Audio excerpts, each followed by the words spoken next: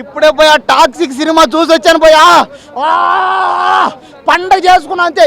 పెళ్లి కానివాడు బాధ, లవర్ లేనివాడు బాధ, గర్ల్ ఫ్రెండ్ లేనివాడు బాధ. ఈ సినిమాకి వస్తే మీకైనా తీరిపోతాయి అంతే.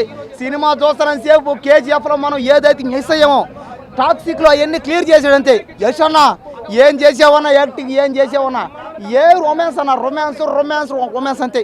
స్టార్టింగ్ నుంచి ఎండింగ్ దాకా. ఆఖరి ముసులాడైనా కూడా పెద్ద ఆటగాడు, పోటుగాడు ఫైట్ గాడు అంతే. అబ్బా అబ్బా ఏమి ఇచ్చావన్నా. సినిమా చూస్తానని సేపు పోయే సినిమా ఫ్రెంచ్లో పోద్ది, గోవాలో పోద్ది, కాసేపు ఆ భాష ఈ భాష. ఇంగ్లీష్ మీడియం వాళ్ళకి మాత్రం అర్థమవుతుంది కాస్త, తెలుగు మీడియం వాళ్ళకి అర్థమవుతుంది. ఇంగ్లీష్ మీడియం చదివినోడికి అర్థమవుతుంది అంతే. కానీ తెలుగు మీడియం వాళ్ళకి మనలాంటి వాళ్ళకి బొమ్మ చూసుకోవచ్చు అనమాట. మనకు కావాల్సింది అదే, బొమ్మ బాగుందా లేదంతే.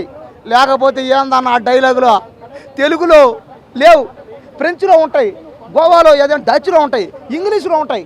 సినిమా మొత్తం ఇంగ్లీష్ మాడుతూనే ఉన్నాడు అంతే లాస్ట్ దాకా.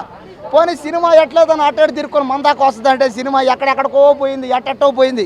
పార్ట్ 2 ఉందో, పార్ట్ 3 ఉందో, పార్ట్ 10 ఉందో, ఏం అర్థం అవట్లే. మనిషి ఏం చేస్తారో అర్థం కావట్లే.